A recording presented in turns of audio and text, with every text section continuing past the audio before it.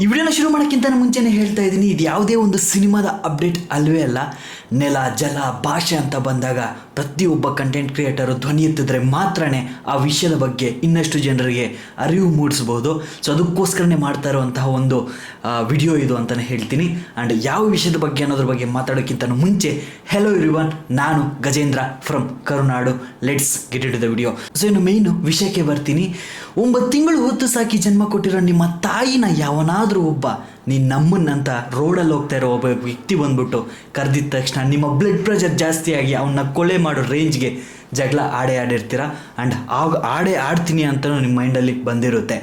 At the same time ಬಂದ್ಬಿಟ್ಟು ನಿಮ್ಮ ತಾಯಿ, ನೀನು, ನಿಮ್ಮ ಅಜ್ಜಿ, ನಿಮ್ಮ ಮುತ್ತಾತ ಪ್ರತಿಯೊಬ್ಬರು ಈ ನೆಲದಲ್ಲೇ ಹುಟ್ಟಿ ಬೆಳೆದು ಈ ನೆಲ, ಜಲ, ಭಾಷೆಗೆ ಯಾವನೋ ಒಬ್ಬ ಪ್ರತಿ ಸಲನೂ ಸಹ ಒಂದು ಕಿರಿಕಿರಿ ಮಾಡ್ತಾ ಇದ್ದಾನೆ ಅಂದರೆ ಅವನ ಬಗ್ಗೆ ಯಾವುದೇ ಒಂದು ಧ್ವನಿ ಎತ್ತದೆ ಸುಮ್ಮನೆ ಕೂತ್ಕೊಂಡಿದ್ದೀರಲ್ವ.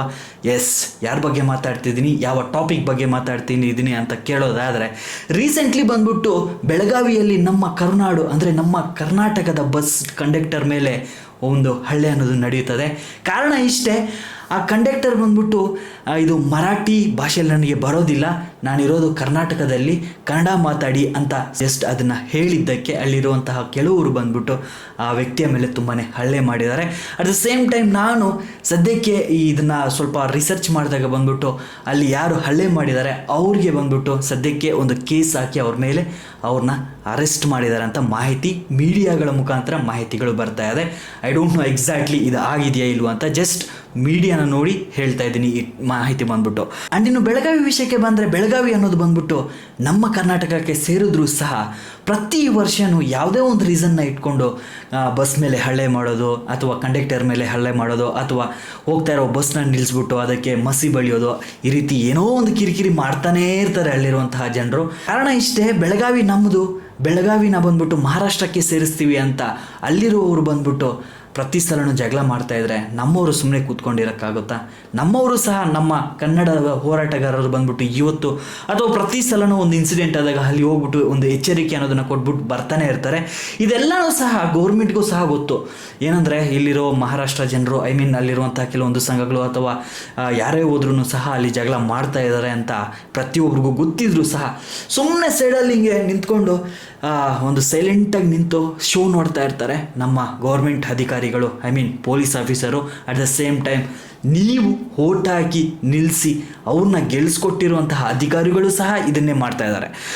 ಸೊ ನಾನು ಈ ವಿಡಿಯೋ ಮಾಡ್ತಿರೋ ಒಂದು ಉದ್ದೇಶ ಇಷ್ಟೇ, ಆ ಕಂಡಕ್ಟರ್ಗೆ ಆಗಿರುವಂತಹ ಒಂದು ಆ ಅನ್ಯಾಯ ಇದೆಯಲ್ಲ, ಹೋಗ್ತಾ ಇರುವಂತಹ ಒಬ್ಬ ವ್ಯಕ್ತಿನ ಬರೀ ಭಾಷೆ ನನಗೆ ಗೊತ್ತಿಲ್ಲ ಅಂತ ಹೇಳಿದ ಕಾರಣಕ್ಕೋಸ್ಕರನೇ ಅವ್ರ ಮೇಲೆ ಹಲ್ಲೆ ನಡೀತದೆ ಅಂದರೆ ಇನ್ನೊಬ್ಬ ವ್ಯಕ್ತಿಗೆ ಅದೇ ರೀತಿ ನಡೆಯಲ್ಲ ಅಂತ ಯಾವ ನಂಬಿಕೆ ಮೇಲೆ ನಾವು ಅಲ್ಲಿಗೆ ಹೋಗೋಕ್ಕೆ ಸಾಧ್ಯ ಆಗುತ್ತೆ ಹೇಳಿ? ಡೆಫಿನೆಟ್ಲಿ ಮಾಡ್ತಾ ಇರ್ತಾರೆ ಇದನ್ನು ಇಲ್ಲಿಗೆ ನಿಲ್ಲಿಸಿದ್ರೆ. ಆ್ಯಂಡ್ ನಾವು ಪ್ರತಿಯೊಬ್ಬರೂ ಸಹ ಧ್ವನಿ ಎತ್ತಲೇಬೇಕು ಇದ್ರ ಬಗ್ಗೆ. ಅಟ್ ದ ಸೇಮ್ ಟೈಮ್ ಬಂದ್ಬಿಟ್ಟು ಏನಕ್ಕೋಸ್ಕರ ಧ್ವನಿ ಎತ್ತಬೇಕು ಅಂದರೆ, ಇವಾಗಲೂ ಹೇಳ್ತಾ ಇದ್ದೀನಿ, ನೆಲ, ಜಲ, ಭಾಷೆ ಅಂತ ಬಂದಾಗ ಇದು ನಮ್ಮ ರಾಜ್ಯ. ಪ್ರತಿಯೊಬ್ಬರು ಒಂದಾಗಿದ್ದು ಪ್ರತಿಯೊಬ್ಬರೂ ಈ ಟಾಪಿಕ್ ಬಗ್ಗೆ ವಾಯ್ಸ್ ರೈಸ್ ಮಾಡಿದ್ರೆ ಇನ್ನಷ್ಟು ಜನರಿಗೆ ಇದ್ರ ಬಗ್ಗೆ ಗೊತ್ತಾದರೆ ಡೆಫಿನೆಟ್ಲಿ ಗೌರ್ಮೆಂಟ್ ಇದೆ, ನೀನು ಹೋಗಿ ಅಲ್ಲಿ ಜಗಳ ಆಡು ಅಂತ ನಾನು ಹೇಳ್ತಾ ಇಲ್ಲ, ಅಥವಾ ನೀನು ಹೋಗಿ ಅವ್ರನ್ನ ಕೊಲೆ ಮಾಡಿ ಅಂತಲೂ ನಾನು ಹೇಳ್ತಾ ಇಲ್ಲ. ಗೌರ್ಮೆಂಟ್ಗೆ ಗೊತ್ತಿದ್ದವರು ಸಹ ಸೈಲೆಂಟಾಗಿದೆ ಅಂದರೆ ಇದನ್ನು ಇನ್ನಷ್ಟು ಜನರಿಗೆ ರೀಚ್ ಮಾಡಿಸಿದ್ರೆ, ಅಥವಾ ಅವ್ರ ಮೇಲೆ ಇನ್ನಿರುವ ಅಧಿಕಾರಿಗಳಿಗೆ ಇದನ್ನು ರೀಚ್ ಮಾಡಿಸ್ತಿದ್ದಾರೆ, ಅವರಾದ್ರೂ ಇದ್ರ ಮೇಲೆ ಒಂದು ಸ್ಟ್ರಿಕ್ಟ್ ಆ್ಯಕ್ಷನ್ ತಗೊಳ್ತಾರೆ ಅನ್ನೋ ಒಂದು ಉದ್ದೇಶದ ಮೇಲೆ ನಾನು ಇಲ್ಲಿ ಕೂತ್ಕೊಂಡು ನಿಮ್ಮ ಮುಂದೆ ಮಾತಾಡ್ತಾ ಇದ್ದೀನಿ ಅಷ್ಟೇ. ಅಟ್ ದ ಸೇಮ್ ಟೈಮ್ ನಾನು ಇಲ್ಲಿ ಯಾವುದೇ ಒಂದು ಹೇಟ್ನ ಸ್ಪ್ರೆಡ್ ಮಾಡ್ತಾ ಇಲ್ಲ. ಇಫ್ ಏನಾದರೂ ನೀವು ಆ ಹೇಟ್ ಸ್ಪ್ರೆಡ್ ಮಾಡ್ತಿದ್ದೀನಿ ಅಂತ ಅಂದ್ಕೊಂಡ್ರೆ ಕ್ಷಮಿಸಿ, ನಾನು ಇಲ್ಲಿ ಹೇಟ್ ಸ್ಪ್ರೆಡ್ ಮಾಡ್ತಾ ಇಲ್ಲ.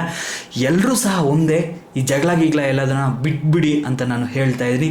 ಇಫ್ ಏನಾದರೂ ಇಲ್ಲ ಜಗಳನೇ ಬೇಕು ಅಂತ ಏನಾದರೂ ಅವ್ರು ಅಂದ್ಕೊಂಡು ಕಮೆಂಟ್ ಬಾಕ್ಸಲ್ಲಿ ಕಿರ್ಚಾಡಿದ್ರೆ ರೆಡಿಯಾಗಿ ಸಿದ್ಧ ಆಗೋಣ. ಕಾನೂನು ಇದೆ, ಜೊತೆಗೆ ನಾವು ಸಹ ಸಿದ್ಧ ಆಗ್ತೀವಿ. ಡೆಫಿನೆಟ್ಲಿ ಏನೋ ಒಂದು ಮಾಡ್ಕೊಳ್ಳೋಣ.